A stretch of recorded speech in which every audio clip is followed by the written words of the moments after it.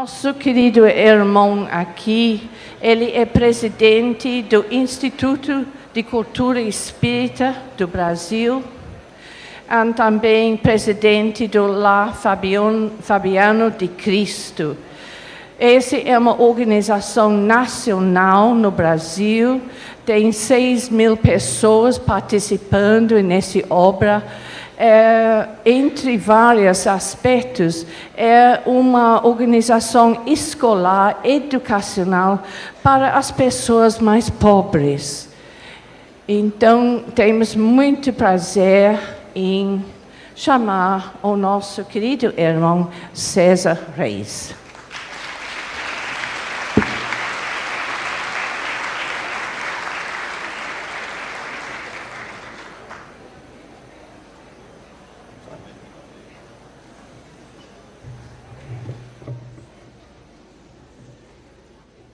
Prezados amigos, queridos irmãos, permaneça conosco a paz de Jesus. O tema que nos cabe falar nesta manhã é a promoção do bem na construção da paz.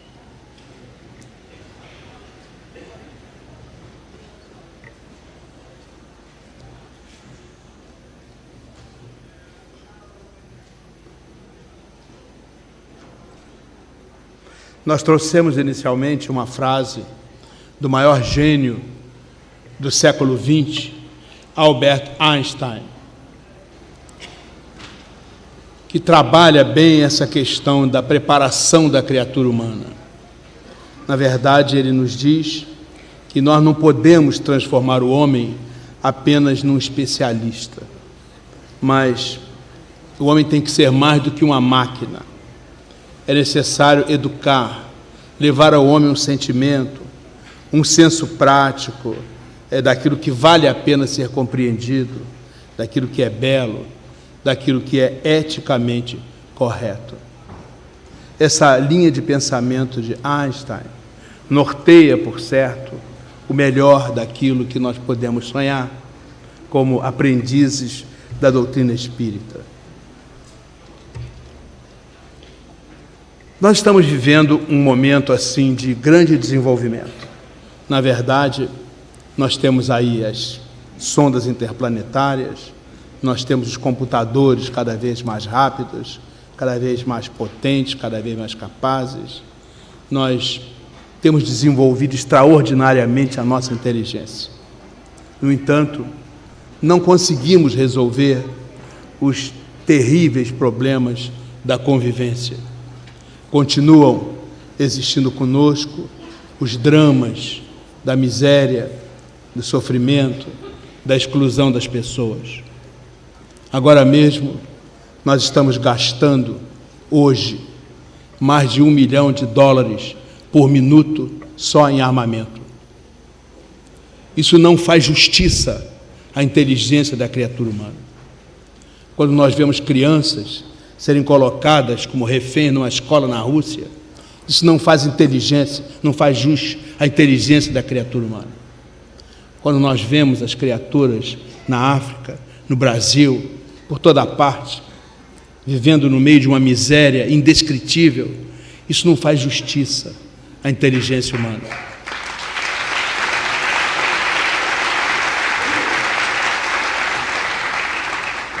Há um grito que sai do fundo do coração de todas as pessoas, clamando por um tempo novo.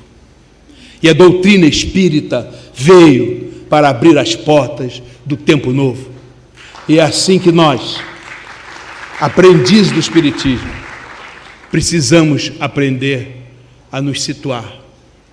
Nós estamos aqui como aprendiz do Espiritismo, não para aumentar o nosso cabedal intelectual apenas, mas o Espiritismo, como nos ensinou de maneira extraordinária Herculano Pires, é uma filosofia prática.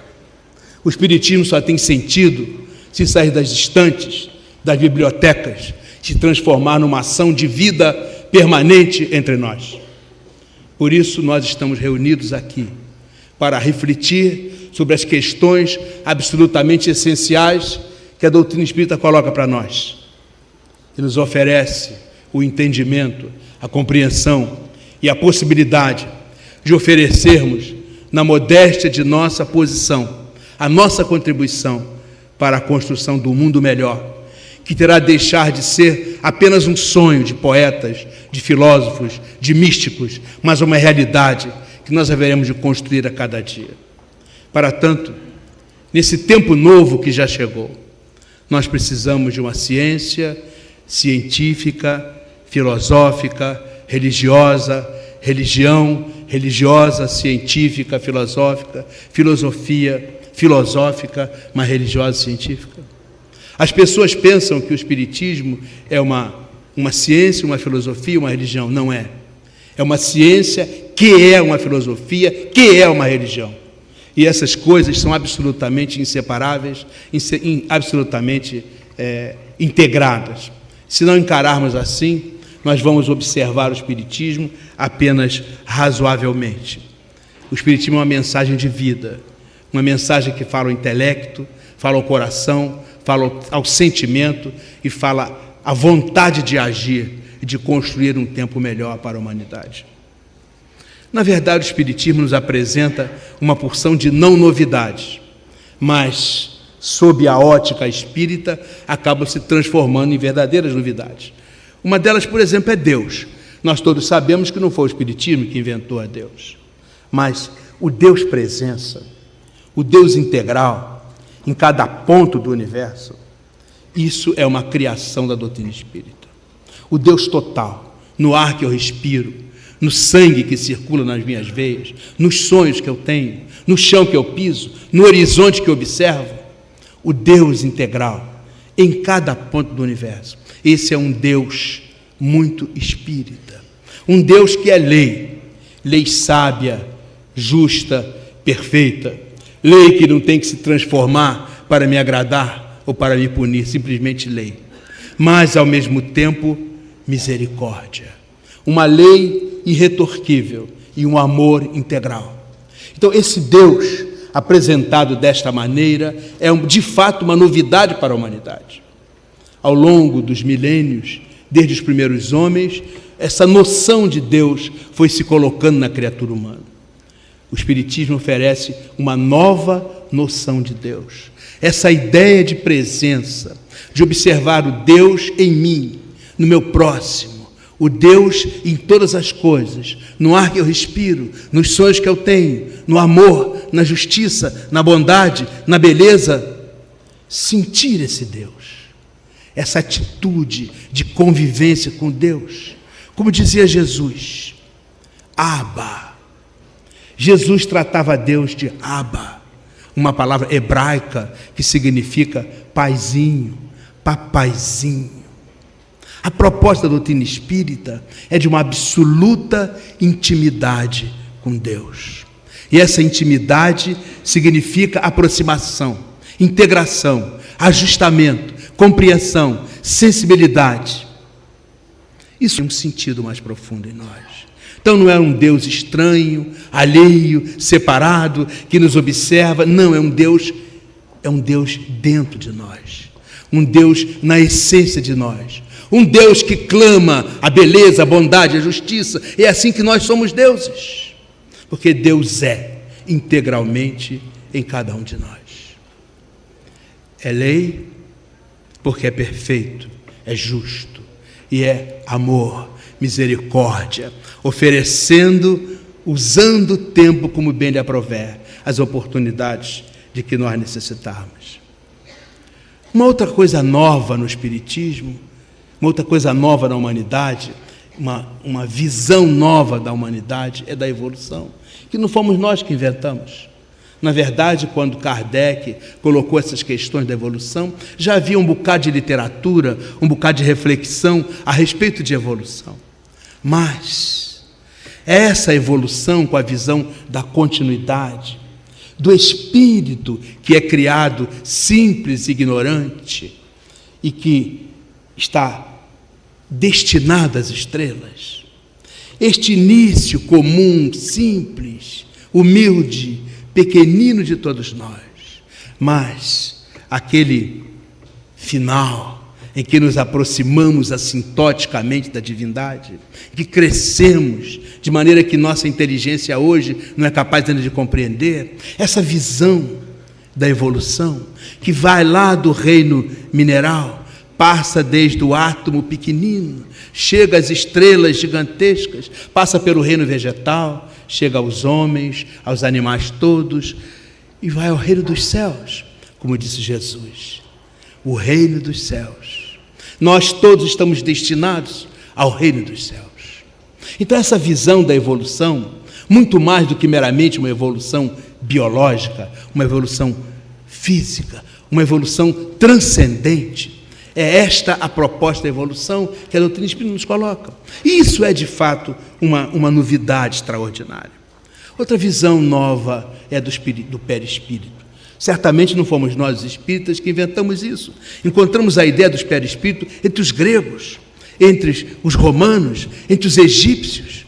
4.000 anos atrás, pelo menos, há notícias dessa existência desse corpo diferente do corpo somático.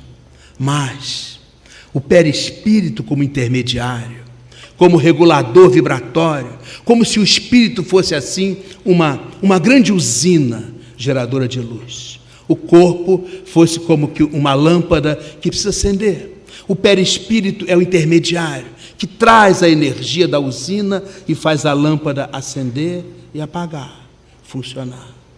Essa visão do perispírito como um modelo organizador biológico, isto é uma novidade que a doutrina espírita traz para nós e produz resultados extraordinários para a compreensão da criatura humana. Também não foi o espiritismo que inventou a mediunidade, mas a mediunidade colocada como um fator de tornar as coisas comuns. Interessante essa palavra, comum, tornar comum. Então os vetores do plano espiritual integram-se com os vetores das criaturas encarnadas e nós temos um processo que permite a transmissão, passando de ondas ultra microcurtas para ondas no estágio em que nós nos encontramos aqui, do nível tridimensional. A mediunidade, colocada com esse aspecto, e ainda pela sua estrutura moral, associando o esforço que o médium deve fazer para aprender a sintonizar em faixas mais sutis da sua trajetória evolutiva, esta é uma novidade que o Espiritismo, de fato, oferece a todos nós. Também não fomos nós que inventamos a reencarnação, nós espíritas. Os egípcios já falavam disso. Encontramos a reencarnação em todas as grandes culturas da sociedade humana, mas a reencarnação associada à lei de causa e de efeito, a reencarnação integrada a essa questão da evolução, que convoca todas as pessoas para crescerem mais e mais, a reencarnação ligada a um processo de otimização da evolução do indivíduo, que obedece às leis da genética, obedece às leis da hereditariedade, mas além das questões transcendentes, convoca a criatura para que ela cresça na direção do bem, da luz, do amor, da felicidade, da paz, para a qual ela foi criada. Isto é uma novidade da doutrina espírita para os dias de hoje, quando nós temos tantas coisas estranhas que nos levam a refletir.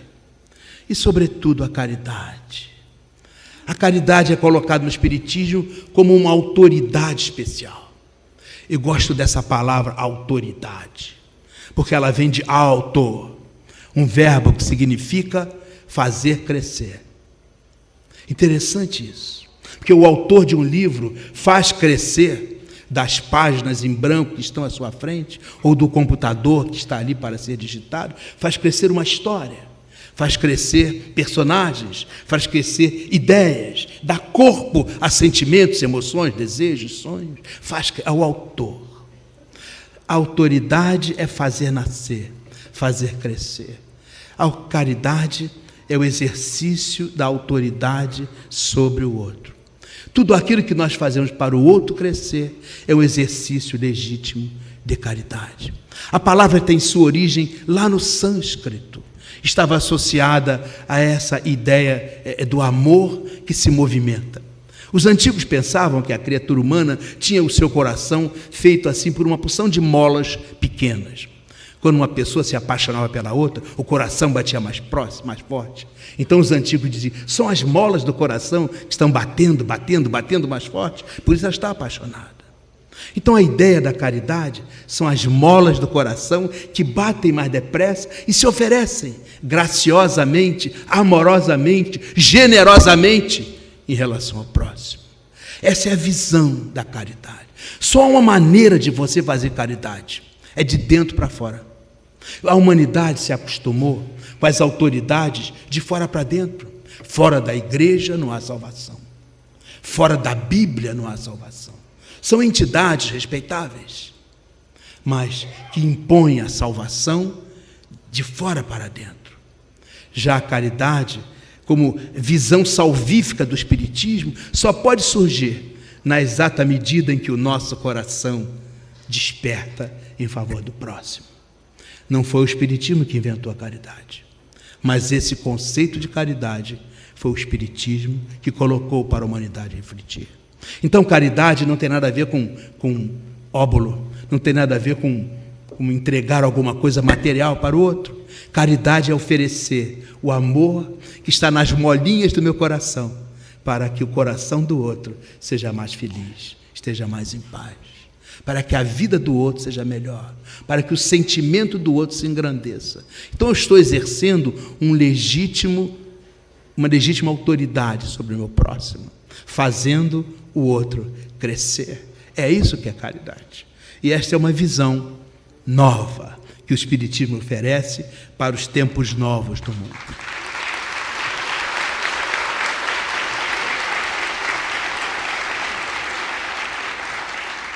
Nesses tempos que nós estamos vivendo, meus irmãos, há uma série de necessidades básicas que são diferentes das necessidades que existiam anteriormente. É preciso lembrar que nós temos hoje uma visão diferente de universo, né? Antigamente, nós pensávamos com Aristóteles, em que a Terra era o centro do universo. Aliás, eles não tinham nem esse conceito de universo. Diga-se de passagem, até a palavra cosmos, no tempo de Kardec, não tinha os conceitos que nós temos hoje. A palavra galáxia, nos tempos de Kardec, não tinha os conceitos que nós temos hoje, que são bem diferentes e muito mais avançados. Depois nós passamos a colocar o Sol no centro das coisas. Hoje nós nos surpreendemos, porque Einstein, Hubble, Hawking e David Bohm, eles fazem novas propostas para o universo. Aliás, não se fala mais universo, fala-se em universos, fala-se em N dimensões. E cada vez que nós passamos pelas dimensões diferenciadas, nós encontramos N universos, sendo um N um número que tende ao infinito. De maneira que é muito complexa essa visão. E, na verdade, tudo está se movendo. Como disse Raul na abertura, o que nós temos são apenas impressões muito limitadas, ditadas pelos nossos sentidos, que, por sua vez, são extremamente limitados.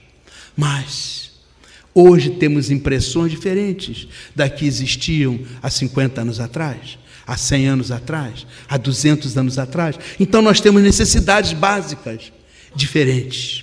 Já não podemos mais aceitar aquele mundo antigo, aquele mundo escuro da Idade Média. Quem é que aceita viver na Paris sem iluminação?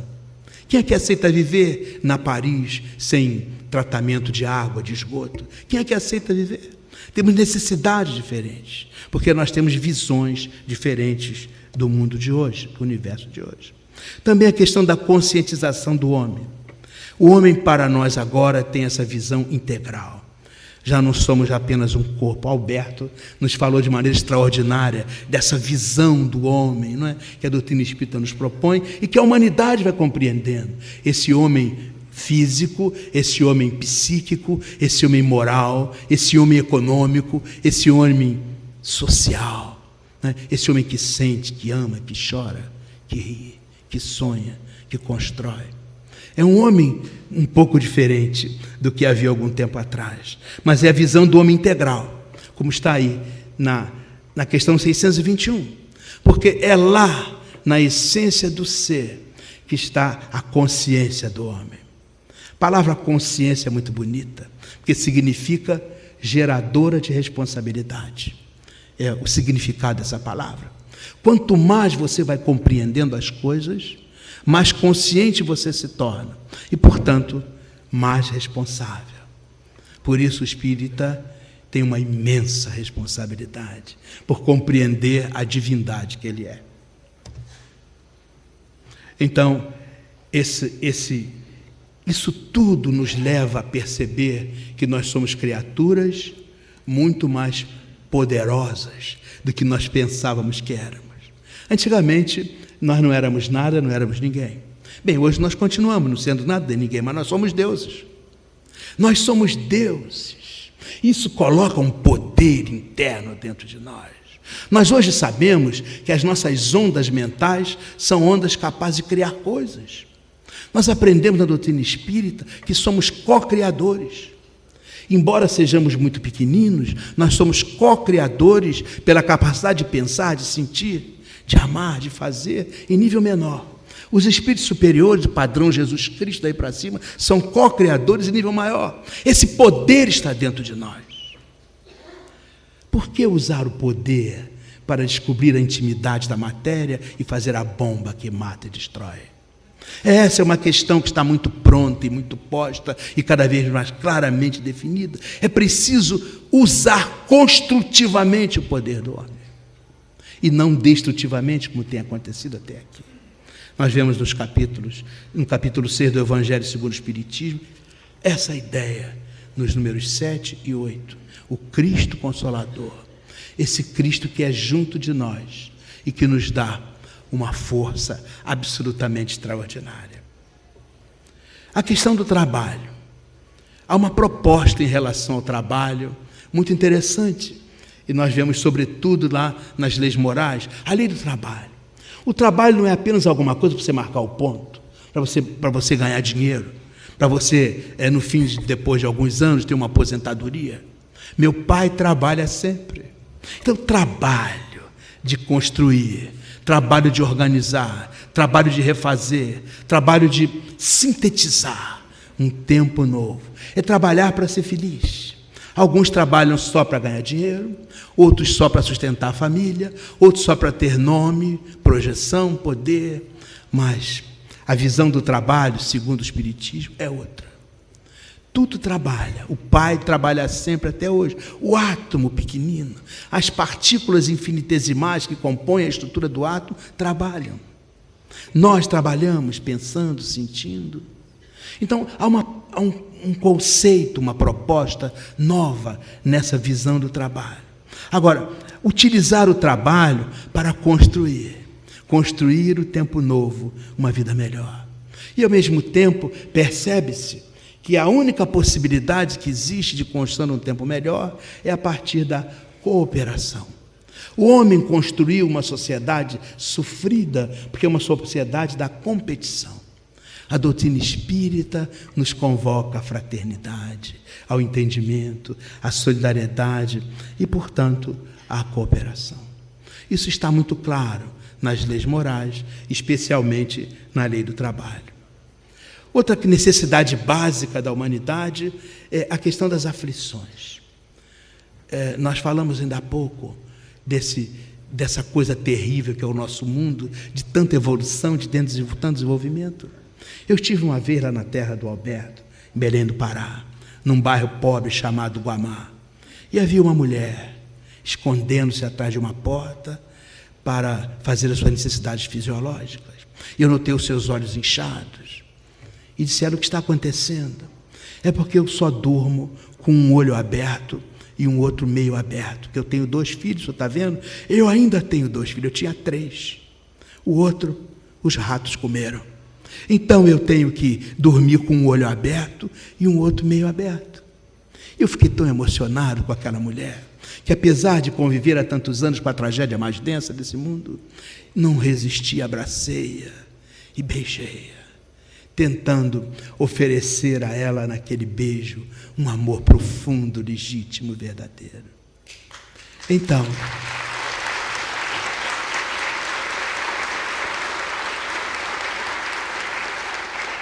Então, quando nos afastávamos, olhei para trás e ela passava a mão no rosto. Nunca vou me esquecer daquele rosto, de uma senhora de 27 anos, que parecia ter mais de 60, usando aquelas águas servidas do rio Guamá, cheia de podridão e lama, passando na pele, que estava doente, muito doente. E ela passava a mão no rosto e a lágrima descia do seu olho. Eu disse: o que aconteceu? Ela disse: nunca ninguém me deu um beijo na minha vida. Eu nunca vou me esquecer disso. Quando penso como a humanidade precisa aliviar as suas aflições e quanto a iniquidade nós cometemos quando nos esquecemos disso. Como o mundo está precisando de amor, de ternura, de solidariedade.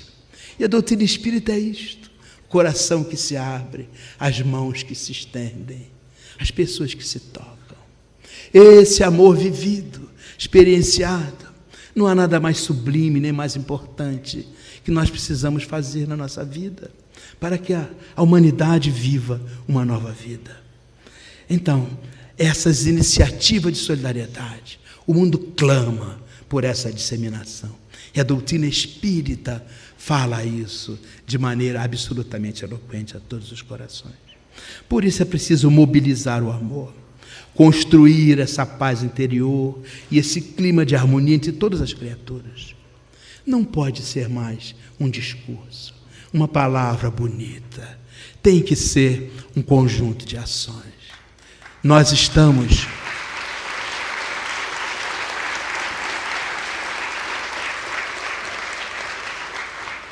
as religiões fracassaram. Quando estudamos a história da humanidade, vemos que elas fazem a sua parte, mas deixam muito de lado o princípio fundamental. E o princípio fundamental é o grande encontro dos corações. O princípio fundamental é a felicidade da criatura humana, é compartilhar essa felicidade, é levar a criatura a um tempo novo. E isso nós não podemos deixar que a doutrina espírita fracasse também. Nós não vamos querer uma quarta revelação. Olha as tragédias entre a primeira e a segunda revelação. Olha as tragédias entre a segunda e a terceira revelação. Será que vamos querer repetir essa tragédia agora na era da computação, das sondas interplanetárias, dos voos da inteligência humana? Vamos permitir isso? Certamente, nós somos capazes de destruir, muitas vezes, a Terra, embora uma vez só seja necessária. Será que vai ser preciso que a humanidade providencie uma quarta revelação? Nós temos que sentir o nosso compromisso, a nossa responsabilidade, para que a humanidade se aproxime mais rapidamente da nova era. Da nova era que já chegou pela inteligência, mas ainda não chegou pela convivência. A doutrina espírita, conclamando a inteligência a associar-se à convivência, é uma novidade extraordinária para a humanidade. É preciso, então, que haja uma terapia de relações, para que a magia da compaixão contagie as criaturas humanas. Nós precisamos inaugurar essa relação rica, generosa, acolhedora, amiga, construtiva, entre todas as criaturas. Corações abertos, braços abertos, não mais imposições, domínio e destruição, mas chegou o tempo do amor verdadeiro. A terapia das relações vai estimular uma nova era para a humanidade. E cabe à doutrina espírita, pelo conhecimento que ela tem desse processo relacional dos seres humanos encarnados e desencarnados, contribuir, sem dúvida, de maneira excelente para que essa magia se estabeleça na face da Terra. Aí vem a questão da educação. Uma coisa é ensinar nomes, datas, fórmulas, equações, conceitos. Outra coisa é orientar na direção do bem. Porque nomes, datas, equações, conceitos, nós aprendemos num processo instrucional e que faz justiça à inteligência da criatura humana. Mas orientar na direção do bem, levar a criatura a mergulhar na sua própria intimidade, fazer o encontro com a divindade, que é a sua essência profunda, desabrochar as sementes divinas, que são a sua constituição íntima. É isso que é educar. Ex ducere, é colocar para fora essas sementes de divindade que são a nossa realidade íntima. Uma nova educação. O Espiritismo é obra de educação. Está dito isso com todas as letras. Não há Espiritismo se nós não adotarmos uma nova postura. Quando o Espiritismo fala dos esforços que devemos fazer em busca da nossa reforma íntima, ele se coloca de maneira absoluta como obra de educação. E nós estamos convocados a isso. Educação associada ao bem, uma nova percepção do mundo, uma nova leitura da família, uma nova leitura do trabalho, das relações sociais. Educar para a felicidade, educar para a compaixão, educar para a amorosidade, educar para a felicidade. Esta é a proposta da doutrina espírita. Para isso precisamos de pessoas interiormente renovadas no bem. Renovar interiormente. Estou muito querendo dizer aos irmãos, passamos do tempo dos discursos. Chegou o tempo de arregaçar as mangas e produzir. Produzir de todas as maneiras possíveis, mas produzir o bem. Você só pode fazer a luz através dos caminhos da luz. Não é com as sombras que se faz a luz. Então é preciso que interiormente as pessoas se eliminem. Elas têm que ter uma nova visão da sua vida íntima, das relações familiares, da sua responsabilidade social, da disciplina ecológica. Uma nova realidade que aproxima as criaturas e livra as criaturas do fanatismo, do preconceito. Nós somos irmãos.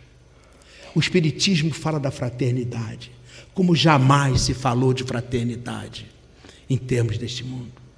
Certa feita encontramos-nos com uma senhora que era primeiro-ministro da educação do Paquistão e discutíamos a questão dos dinheiros para a educação. E ali ela nos disse, todos os recursos voltados para a educação das crianças acabaram sendo utilizados na construção da bomba atômica do Paquistão, porque a Índia, o nosso grande, terrível e cruel inimigo, estava ali ao lado e tinha a bomba atômica. Se não tivéssemos a nossa, ele nos destruiria. E nós ficamos pensando no Alcorão.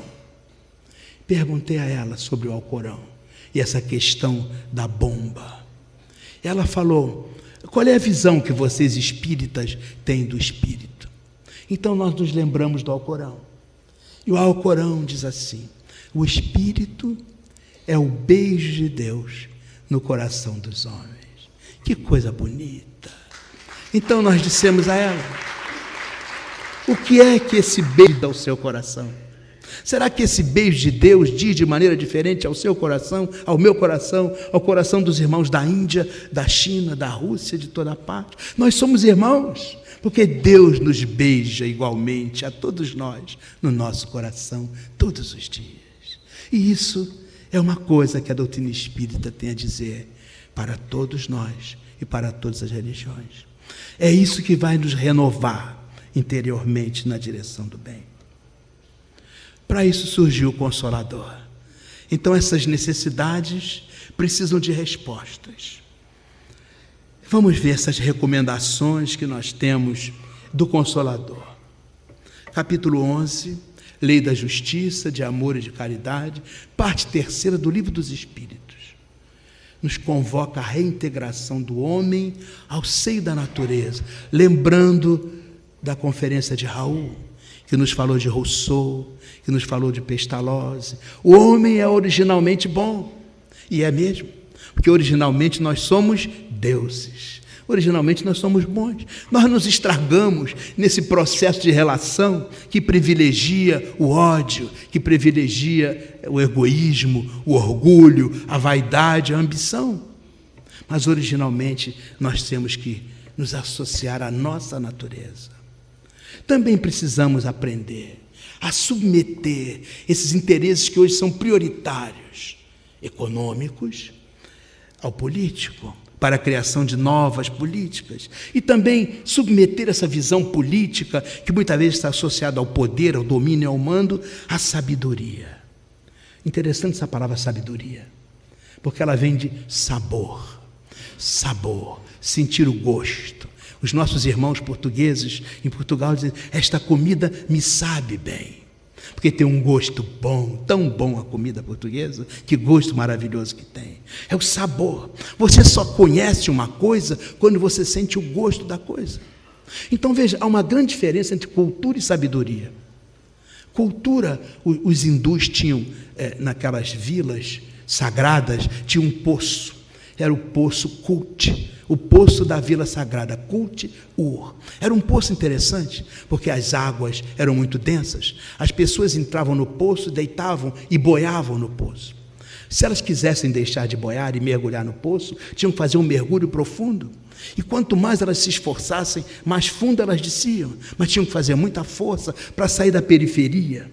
A periferia era Kut-Ur, era cultura. E quando elas iam se aproximando lá do fundo do poço sagrado, eles viam que lá no fundo brilhava uma luz. Era uma luz de multicor. E quando essas cores chegavam nas pessoas que iam mergulhando no fundo do poço, eles percebiam que a luz tinha um gosto, além de uma cor e um gosto, o sabor. Para você ficar na periferia é fácil, mas para encontrar a sabedoria, a luz que tem o sabor de Deus, você tem que mergulhar profundamente. Mergulho, uma palavra usada entre os hebraicos, batismo. Então, Jesus é aquele que batiza pelo Espírito. Ou seja, a sabedoria do Espírito, o mergulho que você dá para ir fazer o grande encontro, seu criatura, com Deus, nosso Pai, Criador, que está no fundo do poço de você mesmo. Então, a nossa educação está muito voltada para a cultura. A educação espírita deve estar voltada para a sabedoria. São coisas distintas. É necessário, assim, associar as realizações, as dimensões do homem e a democracia da vizinhança. Nós somos todos irmãos. Agora, mais com a internet, estamos mais próximos uns dos outros, não é? Agora, com a tecnologia desenvolvida, estamos cada vez mais próximos. Mas essa proximidade virtual precisa se transformar numa proximidade ética, uma proximidade moral, uma proximidade relacional e amorosa. É preciso uma justiça social que seja expressão natural de fraternidade e condição de paz durável. É preciso esquecer aquele egoísmo nacional e entrar numa fraternidade sem fronteiras, para além das diferenças das línguas, para além das diferenças das raças, das religiões, dos costumes, das culturas, nós somos irmãos. É preciso inaugurar definitivamente essa fraternidade entre todos os homens. Então, as pessoas têm que ser responsabilizadas e tomarem coragem para que uma solidariedade vá se expandindo como uma rede. Uma solidariedade que começa dentro do seu lar, com os seus vizinhos, com os companheiros de bairro, com a sua rua toda, com a sua cidade, com o seu estado, com o seu país, com o mundo, a humanidade inteira. Nós somos bilhões de pessoas e há bilhões de famintos, miseráveis, deserdados, excluídos. Esse dinheiro incrível que nós gastamos em armas, como seria bem utilizado para a saúde? O século XX que terminou foi o século em que nós conseguimos prolongar a vida, muitas vezes, com a evolução da medicina. mas uma vida de qualidade, uma vida boa, uma vida de fraternidade, uma vida de paz, uma vida de arte, uma vida terapêutica, uma vida de solidariedade, uma vida feliz para todos, é tarefa nossa agora no século XXI. Para além das questões da matéria.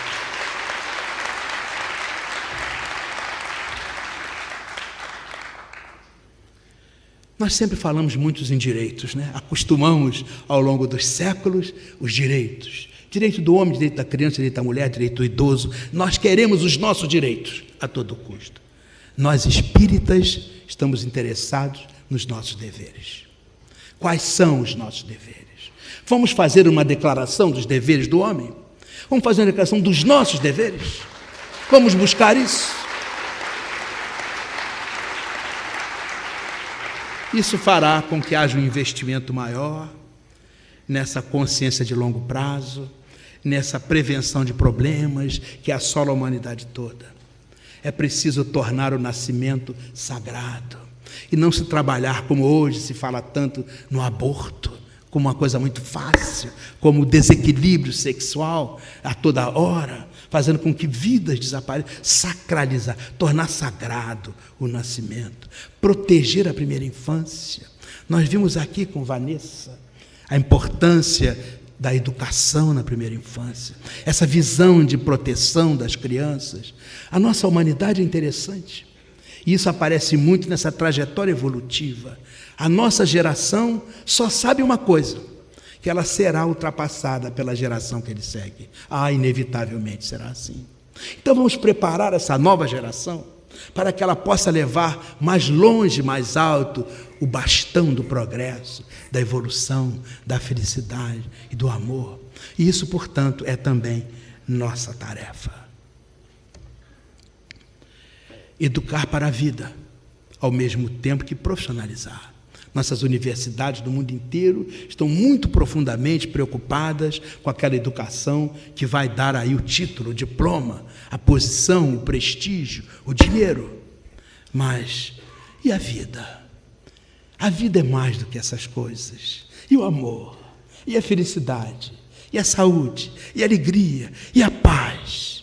A paz é mais do que essas coisas. Então, educar, sim, para aprender o nome, a data, a fórmula, pelos diplomas, mas educar para despertar o Deus, que é a realidade profunda dentro de nós. Reencontrar uma nova visão de saúde, aceitar uma medicina plural, como estamos aceitando cada vez mais, não é? Devolver ao trabalho o seu sentido e sua dimensão do serviço. Isso veremos lá na Lei do Progresso, estudando o Livro dos Espíritos, capítulo 7, da terceira parte. Isso aparece muito claramente lá. O Consolador está aí, dizendo que nós devemos abrir mais a sociedade às mulheres e aos valores femininos. Porque o homem tem dado a sua contribuição de maneira pesada, aquela mão pesada. Não é? Precisamos da sensibilidade feminina, do olhar feminino, não é? Dessa visão das curvas. A mãe, a avó, a amiga, a companheira, não é? Essa voz mais doce, mais aflautada, mais cantada. Essa paciência, essa tolerância que se aprende ali junto do leito do neném que nasce, amamentando, cantando aquelas canções que são muito mais do que notas musicais, mas são encontros de almas e de corações. Como o nosso mundo precisa da mulher. Ainda abrimos, ainda há pouco, o nosso conselho espírita e havia apenas 2 mulheres. Precisamos de mais mulheres no conselho espírita. Precisamos de mais mulheres.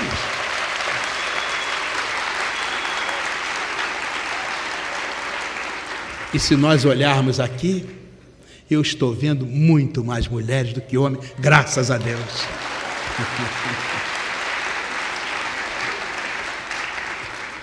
Então o mundo precisa ser mais feminino, porque a nossa história é a história dantesca da violência, da grosseria do mundo masculino.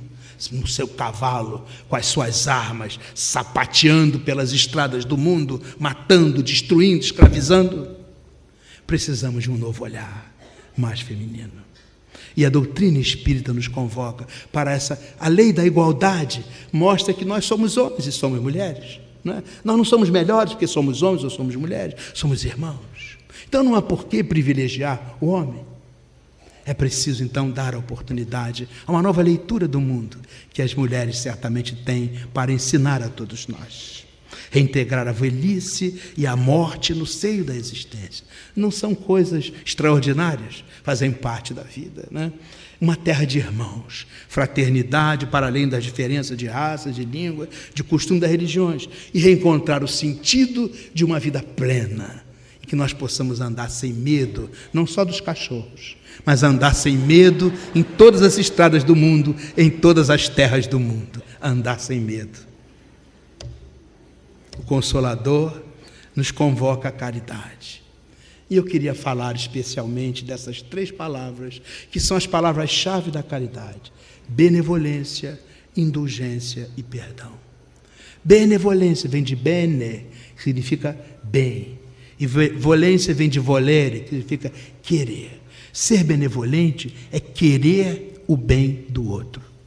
Então não é simplesmente passar a mão pela cabeça do outro, não é simplesmente aceitar o que o outro faz, mas é querer. Querer é uma volição, é uma força que sai de dentro de nós. Eu quero o teu bem, eu não te conheço, não sei o teu nome, não sei por onde andas, mas eu quero o teu bem. Você está aí, nessa rua, nessa calçada, eu não sei da tua vida, mas eu quero o teu bem. Há uma força que sai de dentro de mim e faz com que eu esqueça de mim mesmo e eu queira o teu bem. Então o meu olhar dardeja uma onda de ternura por você, porque eu quero o teu bem. Os meus lábios se abrem num sorriso pequeno, mas um sorriso de amor, porque eu quero o teu bem. A minha mão se volta para você num passe. Embora eu não te conheça, eu sei, magicamente aprendi na doutrina espírita, o poder das pontas. Eu posso levar a minha mão para você e desejar que saia uma onda de ternura, uma onda de paz, uma onda de luz. Eu quero o teu bem. Então essa coisa do estado de bem, querer o bem é fundamental. Nós nos lembramos de Jesus, a situação das criaturas do reino dos céus, e elas são diferentes de nós, porque em nós o bem é ocasional. De vez em quando eu me lembro do bem, mas na criatura do reino dos céus, e por isso elas fazem um reino à parte, que aqui na humanidade nós temos o reino mineral, o reino vegetal, o reino animal, o reino dos homens, e Jesus propôs o reino dos céus. Cada reino tem os seus entes, com as suas características. Qual é a característica das criaturas do reino dos céus? Elas vivem em estado de amor pelo próximo. É um estado de amor, é um estado de querer bem, enquanto que nós aqui só queremos bem ao outro de vez em quando. Então, quando isso passar a ser a nossa realidade, nós vamos progressivamente deixando de ser criaturas do reino dos homens e passaremos a ser criatura do reino dos céus. Então a primeira palavra é benevolência, é querer o bem. A outra é indulgência, uma palavra linda. In vem do latim, significa dentro de. Indulgência vem de um outro verbo latino, significa dulcere, significa tornar doce, adoçar. A pessoa indulgente é aquela que se adoça por dentro. Então, quando eu fico doce por dentro, a minha palavra é doce, o meu olhar é doce, o meu sorriso é doce. É isso que é ser indulgente. Indulgente não é aceitar qualquer coisa de qualquer pessoa, mas é adoçar-se intimamente para oferecer a minha doçura ao outro. Ainda por certo a minha não é uma grande coisa, essa doçura, mas um dia será um mel maravilhoso. E vai ser oferecido como Jesus oferecia o seu mel magnífico a todos aqueles que dele se aproximavam. É isso que é ser indulgente, adoçar-se por dentro para que na sua relação com o outro você passe esse açúcar para o outro, para que a vida do outro seja menos amarga, menos dura, menos difícil. A doutrina espírita é uma doutrina de pessoas que querem se açucarar para que haja menos amargura na vida dos homens. E finalmente, a terceira palavra que constitui a caridade é o perdão. Per significa além de. E o dão vem de donare. Perdonare significa doar além de. É muito mais do que dar. É dar-se, é doar-se. Só existe perdão quando há entrega dos refóldios profundos da tua alma em favor do outro. Então, perdão não é dizer assim, não, você me fez, mas eu te perdoo. Não é uma coisa de lábios. O perdão é uma coisa de coração. Nós estamos aqui para aprender a caridade. O Consolador nos coloca como ferramenta máxima da nova era, a prática efetiva da caridade. A bandeira da caridade foi hasteada de maneira única na história da humanidade pela doutrina espírita, quando disse: fora da caridade não há salvação. Você só pode fazer caridade revolvendo o íntimo do seu ser e projetando-se a benefício do próximo. Essa é uma proposta de vida. Isto não é um estado eventual em que a minha mente aceite isso. O meu coração tem que estar incendiado para uma nova realidade de ser. Estado de caridade, querer o bem do próximo, tornar-se doce por dentro e doar-se ao outro de maneira incondicional. Esta é a proposta profunda da doutrina espírita. E eu diria, se a visão dos evangelhos tem como coração o Sermão da Montanha, se o Sermão da Montanha tem como coração as bem-aventuranças, a doutrina espírita tem como cerne a caridade, como uma relação profunda e forte, que faz com que eu queira o bem do meu próximo de maneira incondicional, que eu me adoce intimamente, tirando todas aquelas angulações que tornam as relações difíceis, e sobretudo, que num estado de verdadeiro amor, eu me entregue ao meu irmão em todo o processo relacional. Essa é a essência, esse é o coração da doutrina, e essa é a síntese, na nossa compreensão humilde, do Evangelho segundo o Espiritismo. Se nós assim fizermos, vamos, por certo, entrar num estado de muita paz. Muito obrigado, meu irmão.